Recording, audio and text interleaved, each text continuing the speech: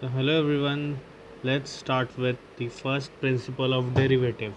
Differential calculus start करने से पहले इस टॉपिक का जानना बहुत ज़्यादा ज़रूरी है, बहुत ही इंपॉर्टेंट टॉपिक है. So let's start. ये सपोज करना कोई कर्व है, ठीक है, any curve y is equals to f x. Let us name it y is equals to f x. F x कोई भी फंक्शन हो सकता है, ठीक है. दो पॉइंट की बात करते हैं. Let's just take 2 points. एक यहाँ पर पॉइंट लेते हैं ना, let's name it x1 y1. यहाँ पर बात करते हैं, ले लेते हैं x2 y2. तो अगर ये x1 y1 है तो this point will be x1 comma 0 and this will be x2 comma 0, ठीक है. सिमिलरली y एक्सिस पर जब परपेंडिकुलर मैं डालूँगा तो this point will be 0 comma y1 and similarly 0 comma y2, ठीक है. अभी जिनको जिनको स्लोप का कंसेप्ट मालूम है वो फट से ये पता कर लेंगे. Let's name this points p and q. ये pq, ये pq देख लो, pq का अगर मैं स्लोप पता करने जाऊँ, slope means tan theta. Let's name this angle theta.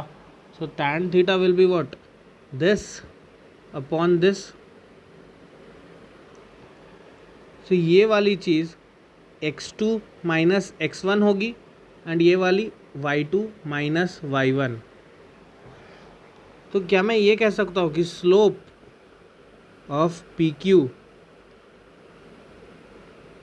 will be equal to tan theta will be equal to y2 minus y1 by x2 minus x1, जो आप लोगों ने 10th क्लास में भी पढ़ रखा होगा, ठीक है. That tan theta is equals to ये होता है, that is the definition of slope. तो ये y2 माइनस y1 को मैं क्या डेल y कह सकता हूँ? बिल्कुल कह सकता हूँ. x2 माइनस x1 को डेल x भी कह सकता हूँ similarly. So y2 minus y1 by x2 minus x1. अब दोबारा मैं अपनी बात दोहराऊंगा जो मैंने कुछ देर पहले कही थी, that this is y is equals to x.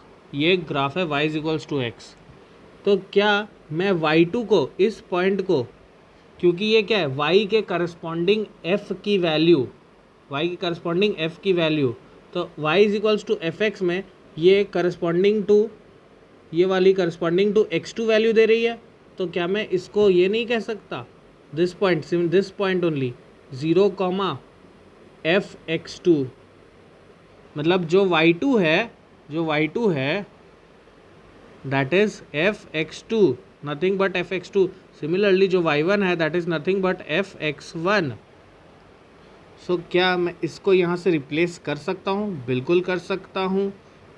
तो let's call this del y upon del x is equals to f x2 minus f x1 by x2 minus x1.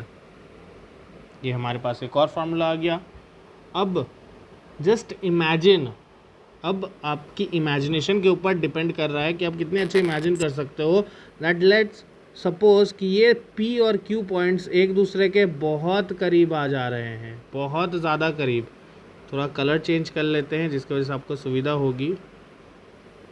See this P will come here and this will come here, ठीक है. दोनों एक दूसरे के बहुत ज़्यादा करीब, एकदम सट नहीं रहे हैं, एकदम एक ही नहीं हो जा रहे, बट इतने करीब हो जा रहे हैं कि आप, मतलब आपको दूर से देख के लगेगा कि नहीं वो एक ही हैं, पर उनके बीच में एक स्लाइट गैप है, एक बहुत छोटा मिनिमम गैप है.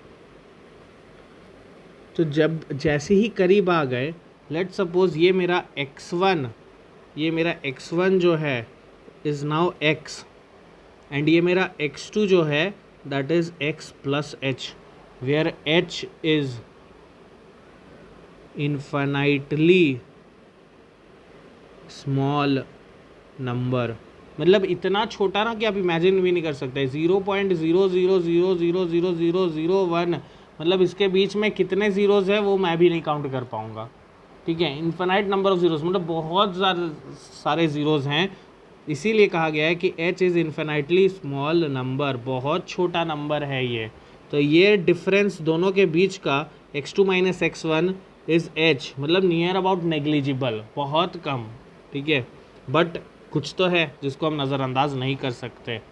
तो जब ये बहुत छोटा हो जाता है ना, दोनों के बीच की डिस्टेंस बहुत ज़्यादा कम हो जाती है, तब हम कहते हैं कि small change in y by small change in x, small change in y को ही कहा जाता है dy and small change in x को कहा जाता है dx, यही कहलाता है dy ओवर dx।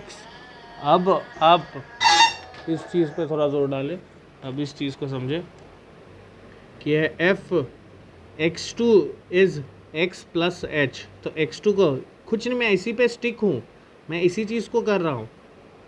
तो मैं x2 को लिखता हूँ x प्लस h माइनस इसको x1 को लिखता हूँ f ऑफ x, देखो x1 अभी x है, divided by x2, x2 is what x plus h and minus x1 is what x।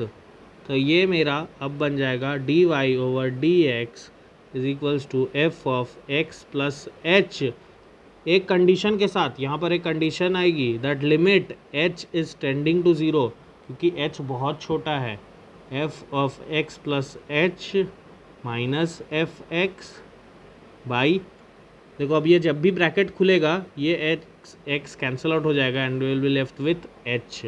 So dy over dx by the first principle of derivative says that limit is h tending to 0 f of x plus h minus fx divided by h।